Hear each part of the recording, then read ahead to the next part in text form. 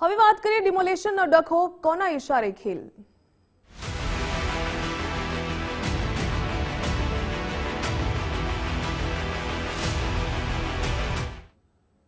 સુરતના નાસિરનગરમાં નકલી ડિમોલેશન બાદ હવે પોલીસના જાણે હવાત્યા હોય તે પ્રકારનો ઘાટ જોવા મળી રહ્યો છે। નકલી ડિમોલેશનના આક્ષેપથી બચવા પોલીસના હવાત્યા। ડિમોલેશનના સમયે હાજર એસઓજીએ 7 આરોપીની યાદી જાહેર કરી। જાહેરનામાના ભંગના ગુનાના આરોપીને હિસ્ટ્રી શીટર ગણાવ્યો। હિસ્ટ્રી શીટર હતા તો એક પણ આરોપીની ધરપકડ કેમ ન કરવામાં આવી, સૌથી મોટો સવાલ। ડિમોલેશન બાદ એસઓજીની યાદી જાહેર કરવાનું યાદ આવ્યું કે શું? ડિમોલેશન સ્થળે ડીસીપી નકુમની હાજરીને લઈને પણ આક્ષેપ થઈ રહ્યા છે। 7 આરોપીઓની સામે 100 ઘર કેમ તોડી પાડવામાં આવ્યા તે પણ એક સવાલ। એસઓજીની કામગીરી સામે અનેક સવાલ ઉઠી રહ્યા છે। ગેરેજનું કામ કરતા યુવકનું નામ હિસ્ટ્રી શીટરમાં સામેલ। યુવક રીઢો ગુનેગાર ન હોવા છતાં પણ યાદીમાં નામ આવ્યું। હું કોઈ ગુનેગાર નથી છતાં મારું નામ સામેલ કર્યું તેવું તૈયબ નામના વ્યક્તિએ નિવેદન આપ્યું। કહ્યું કે હું કોઈ દારૂનું વેચાણ નથી કરતો। નાસિરનગરના કથિત નકલી ડિમોલિશન મામલે સુરત એસઓજી દ્વારા નાસિરનગરમાં રહેલા 7 જેટલા હિસ્ટ્રી શીટરોની યાદી જાહેર કરવામાં આવી છે। જો કે આ હિસ્ટ્રી શીટરોની યાદી જાહેર કરવા પાછળનું કારણ શું છે તેનો પ્રશ્નનો જવાબ તો સુરત એસઓજી પાસે જ છે। પરંતુ આ 7 હિસ્ટ્રી શીટરોમાં એક એવા યુવકનું નામ પણ છે જે માત્ર લોકડાઉનના સમયે જાહેરનામાનો ભંગ કર્યો હતો અને તેની અટકાયત કરવામાં આવી હતી। એટલે આ યુવક કઈ રીતે હિસ્ટ્રી શીટર હોઈ શકે તે તો હાલ સવાલ છે। પરંતુ એ યુવક આપણી જોડે જોડાયા છે, સીધી વાત કરીશું તેમના જોડે। આપનું નામ? तैयब शेख अजीज है। मैं लॉकडाउन में गाड़ी लेके जा रहा था, बस मेमो दे दिए थे मेरे को और पुलिस स्टेशन से छुड़ा लिए थे, बस इतना ही था। मैं थोड़ी था इसमें, जबरदस्ती मेरा केस यहाँ पे तुमने ऊपर डाल दिए। जो गांजा बेचता है, एमडी बेचता है, उनको नहीं पकड़ते, हमारा सादे सूदों का नाम डाल देते, मजूर आदमी का। बताइए, आपके ऊपर ये लॉकडाउन में हुए केस के अलावा अन्य कोई केस मौजूद है? कोई केस नहीं है। मैं जो सुबह काम पे आता हूँ, रात को ही आता हूँ, कोई काम नहीं है मेरा, बस यही काम था।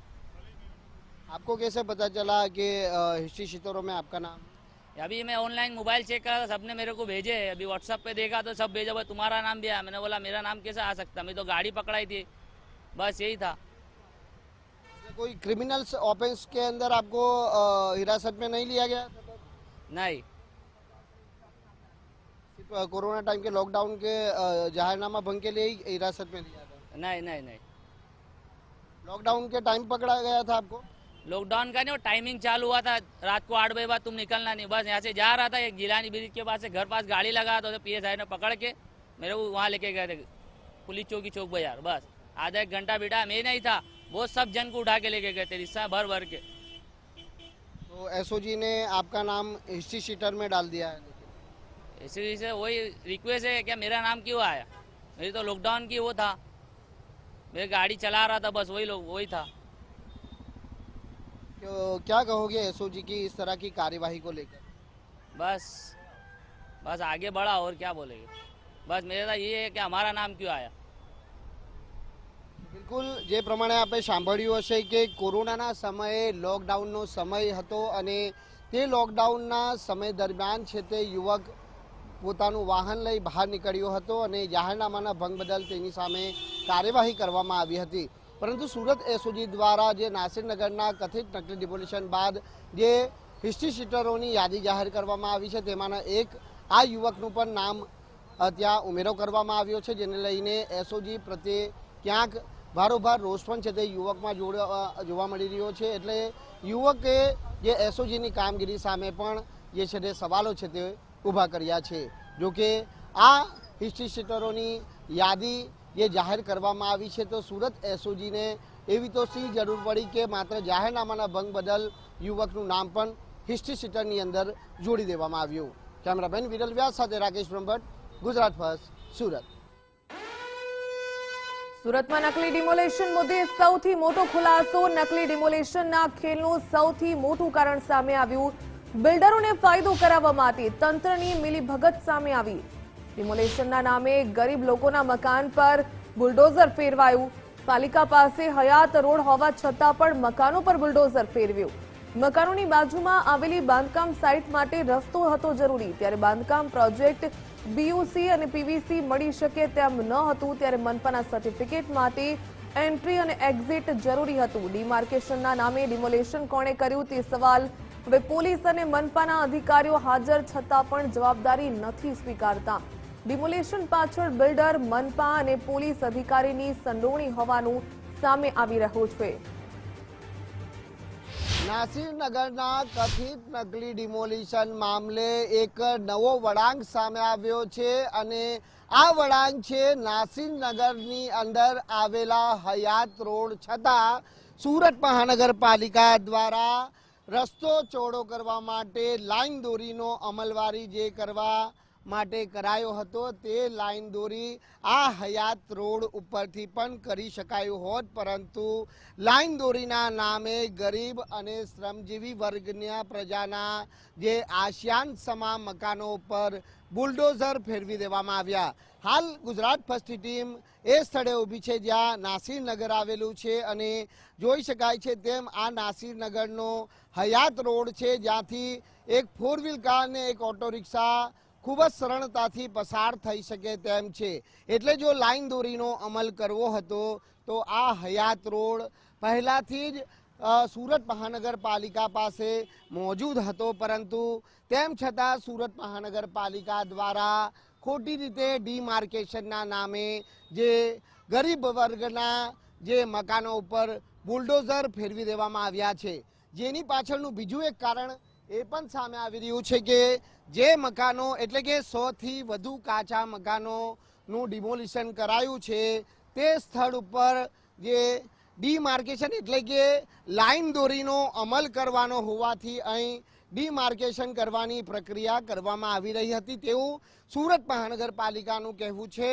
પરંતુ જે ડિમોલિશન કરાયું છે તે ડિમોલિશનને લગોલગ જે આપ દિવાલ જોઈ રહ્યા છે એ દિવાલ બાજુમાં નિર્માણાધીન પામી રહેલી બાંધકામ સાઇટના પ્રોજેક્ટની છે.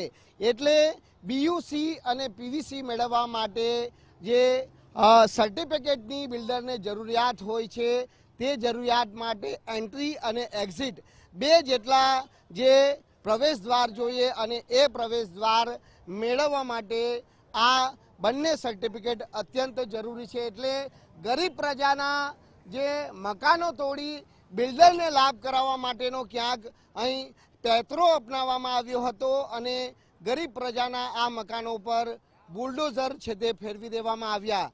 લાઈન દોરીના નામે કેટલાક નિર્દોષ લોકોના મકાનો પણ જે તોડી પાડવામાં આવ્યા છે, પરંતુ ગરીબોનો બેલી કોણ તે સવાલો હવે ચોક્કસથી ઉપસ્થિત થઈ રહ્યા છે. સુરતના નામી બિલ્ડરોના ઈશારે કરવામાં આવેલા ગરીબ પ્રજાના મકાનોના આ ડિમોલિશન બાદ સરકાર હવે કસૂરવાર અધિકારીઓ સામે કાયદાનો કયો જે ગાડીઓ કસશે તેના પર સૌ કોઈની મીટ મંડાયેલી છે, પરંતુ ગરીબ પ્રજા સરકાર પાસે એક આશા અપેક્ષા લઈ બેઠી છે કે અમારા ગરીબ પ્રજાનો શું વાંક હતો જે મકાનો ઉપર બુલડોઝર ફેરવી દેવામાં આવ્યું. કેમેરામેન વિરલ વ્યાસ સાથે રાકેશ બ્રહ્મભટ્ટ, ગુજરાત ફર્સ્ટ, સુરત. સુરતથી સંવાદદાતા રાકેશ બ્રહ્મભટ્ટ જોડાઈ ગયા છે. રાકેશ, જે પ્રકારે નકલી ડિમોલેશનનો આ સમગ્ર મામલો સામે આવ્યો તેમાં સૌથી મોટો ખુલાસો એ થઈ રહ્યો છે કે બિલ્ડરોને ફાયદો કરાવવા માટે ડિમાર્કેશનના નામે ગરીબોના આશિયાનો પર બુલડોઝર ફેરવી દેવામાં આવ્યું. અધિકારીઓ હાજર હોવા છતાં પણ હાજર ન હતા તેવું રટણ કરી રહ્યા છે. શું અધિકારીઓ પર હવે કેવી કાર્યવાહી થશે?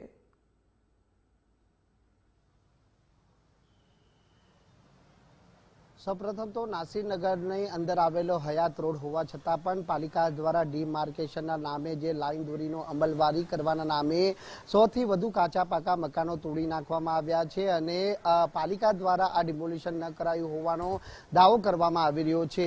સૌથી મહત્વની બાબત બનીને એ સામે આવી છે કે જે હયાત રોડ છે તેના એ હયાત રોડ ઉપરથી લાઈન દોરીનો અમલવારી છે તે થઈ શકતો હતો.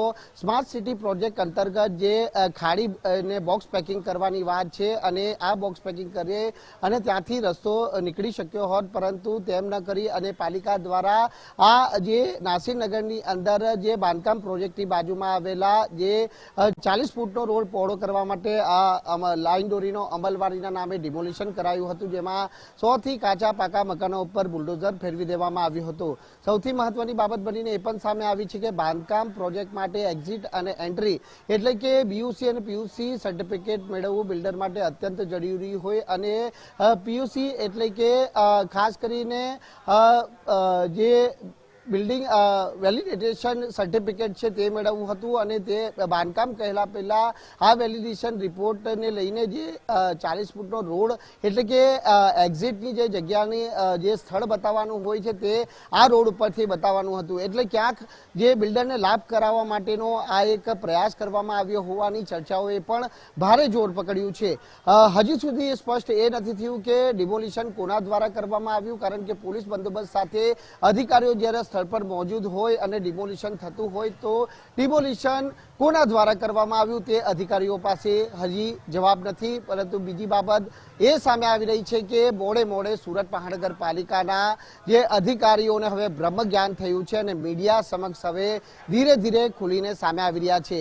તે જ કારણ છે કે એડિશનલ સિટી એન્જિનિયર સેન્ટ્રલ ઝોનના વડા આશિષ નાયકનું એક મહત્વપૂર્ણ નિવેદન સામે આવ્યું છે અને તેઓ મીડિયા દ્વારા હાલ ચલાવવામાં આવી રહેલા અહેવાલોને બિન અધિકૃત ગણાવ્યા છે.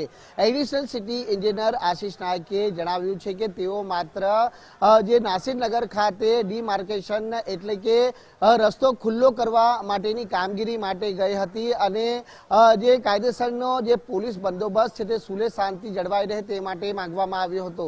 પરંતુ આશિષ નાયક એ નથી જણાવી રહ્યા કે ડિમોલિશન ખરેખર કોના દ્વારા કરવામાં આવ્યું. મીડિયા જે અહેવાલ ચલાવે છે તે તેઓને નજરે પડી રહ્યું છે, પરંતુ ડિમોલિશનની સ્પષ્ટતા કરવામાં અધિકારીઓ પાસે હાલ કોઈ પણ જવાબ નથી. મીડિયાને બિન અધિકૃત રીતે ગણવામાં આવી રહ્યા છે. મીડિયા ગરીબ પ્રજાની જે થઈ રહેલા અન્યાય બાબતે અવાજ ઉઠાવી રહી છે, ત્યારે મીડિયાનો અવાજ દબાવવાનો પણ અહીં ક્યાંક પ્રયત્ન કરવામાં આવી રહ્યો છે. નાસિરનગરના કથિત ડિમોલિશન મામલે એડિશનલ સિટી એન્જિનિયર આશિષ નાયક દ્વારા જે નિવેદન આપવામાં આવ્યું છે તે ખૂબ જ વિરોધાભાસ છે. એક સુનિયોજિત સ્ક્રિપ્ટ લખી હોય તે સ્ક્રિપ્ટ વાંચીને આ એડિશનલ સિટી એન્જિનિયર છે તે જવાબો આપી રહ્યા છે, જે વિડીયોની અંદર સ્પષ્ટ જોવા મળી રહ્યું છે. ધ્યાનથી જો આ વિડીયોને જોવામાં આવે તો બિલકુલ આપને અટકાવવા માંગીશ રાકેશ, અધિકારીએ શું નિવેદન આપ્યું છે આ સમગ્ર મામલે તે સાંભળી લઈએ. પહેલા હું આશિષ નાયક, એડિશનલ સિટી એન્જિનિયર, સુરત મહાનગરપાલિકાના સેન્ટ્રલ ઝોનના વડા અધિકારી તરીકે નાસિરનગર વિસ્તારમાં કરવામાં આવેલી કાર્યવાહી અંગે છેલ્લા કેટલાક દિવસોથી વિવિધ સોશિયલ મીડિયા પ્લેટફોર્મ, કેટલાક સમાચાર માધ્યમ અને અન્ય માધ્યમો દ્વારા પ્રસારિત કરવામાં આવેલ ભાવનિક માહિતી અંગે જણાવું છું કે નાસિરનગર તરીકે ઓળખાતા વિસ્તારમાં સુરત મહાનગરપાલિકાની ટીમ તારીખ 30/5/26ના રોજ ડિમાર્કેશન અને રોડ ખુલ્લો કરવાની કાર્યવાહી માટે ગયેલ હતી, જે સુરત મહાનગરપાલિકાના હક, સંપૂર્ણપણે કાયદાકીય જોગવાઈ અને પ્રવર્તમાન નિયમો અનુસાર હતું અને આ કામગીરી માટે સુરત મહાનગરપાલિકા સંપૂર્ણપણે અધિકૃત હતું. જે કાર્યવાહી દરમિયાન સામાન્ય સુલે અને શાંતિ જળવાઈ રહે તે માટે પોલીસ વિભાગને રૂટીન જાણ કરીને જરૂરી સહયોગ પણ પ્રાપ્ત કરવામાં આવ્યો હતો. આ સમગ્ર પ્રક્રિયા સંબંધિત દસ્તાવેજ, પુરાવા અને સ્થળ પરની હકીકતોના આધારે હાથ ધરવામાં આવી હતી. આ કોઈ ભૂતિયા ડિમોલિશન નથી, પરંતુ કાયદાકીય પ્રક્રિયાના ભાગરૂપે થયેલ કાર્યવાહી છે. આ કામગીરી દરમિયાન થયેલી ઘટનાને લઈને માનનીય મ્યુનિસિપલ કમિશનર દ્વારા એક તપાસ સમિતિની રચના કરવામાં આવી છે. ડિમોલિશન સંબંધિત તમામ મુદ્દાઓ અંગે નિષ્પક્ષ તપાસ ચાલી રહી છે. આ તપાસ પ્રક્રિયાને સંપૂર્ણ સહયોગ અમે આપી રહ્યા છે. તેમ છતાં દુર્ભાગ્યવશ કેટલાક કહેવાતા આગેવાનોએ આ મુદ્દાનો દુરુપયોગ પોતાના અંગત સ્વાર્થ અને રાજકીય લાભ માટે કરી રહ્યા હોય તેવું જણાઈ રહ્યું છે. માટે સોશિયલ મીડિયા ઇન્ફ્લુએન્સરો તથા બિનઅધિકૃત મીડિયા દ્વારા અધૂરી, એકતરફી અને ભ્રામક માહિતી પ્રસારિત કરવામાં આવી રહી છે. આવી માહિતીના આધારે સુરત મહાનગરપાલિકા તથા તેના અધિકારીઓ અને કર્મચારીઓ વિશે ગેરસમજો ઊભી કરવાનો પ્રયાસ થઈ રહ્યો છે. આ ઘટનાથી એસએમસીના અધિકારીઓ અને કર્મચારીઓ ઉપર સતત માનસિક દબાણ, જાહેર આક્ષેપો તથા એકતરફી પ્રચારના કારણે પ્રતિકૂળ પરિસ્થિતિનું નિર્માણ થયું છે અને અમારા અધિકારીને બિનઅધિકૃત મીડિયા દ્વારા દબાણમાં લાવીને બોલવા પણ દીધા નથી. આ પરિસ્થિતિના કારણે અમારા કર્મચારીઓ ભારે માનસિક તણાવનો સામનો કરવો પડ્યો છે અને તેઓ આરોગ્યલક્ષી કારણોસર રજા મૂકવા મજબૂર બન્યા છે. અમે તમામ નાગરિકો, મીડિયા પ્રતિનિધિઓ અને સંબંધિત પક્ષોને વિનંતી કરીએ છીએ કે તેઓ કોઈપણ પ્રકારની અપ્રામાણિક અથવા ભ્રામક માહિતી પર વિશ્વાસ ન કરે અને તપાસ સમિતિના સત્તાવાર તારણોની રાહ જુએ. સુરતના કોર્પોરેટર અસદ જીરાવાલા પણ આપણી સાથે જોડાઈ ચૂક્યા છે.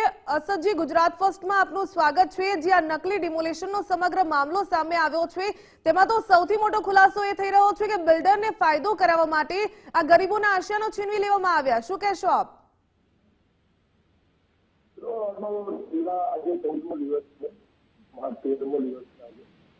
સુરત, ગુજરાત અને ભારત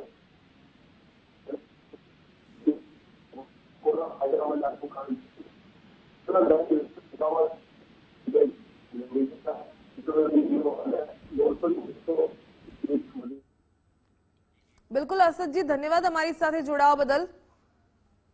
તો નકલી ડિમોલેશનનો આ જે સમગ્ર મામલો છે તેમાં જે એક બાદ એક ખુલાસા થઈ રહ્યા છે, ત્યારે ડીમાર્કેશન માટે મનપાની ટીમ ગઈ હોવાનું પણ આશીષ નાયક દ્વારા નિવેદન આપવામાં આવ્યું છે. કહ્યું કે આ કોઈ ભૂતિયા ડિમોલેશન નથી, પોલીસની ટીમનો જરૂરી સહયોગ મેળવ્યો હતો. આ કામગીરી સમગ્ર કાયદાકીય કાર્યવાહી હોવાનું જણાવી રહ્યા છે.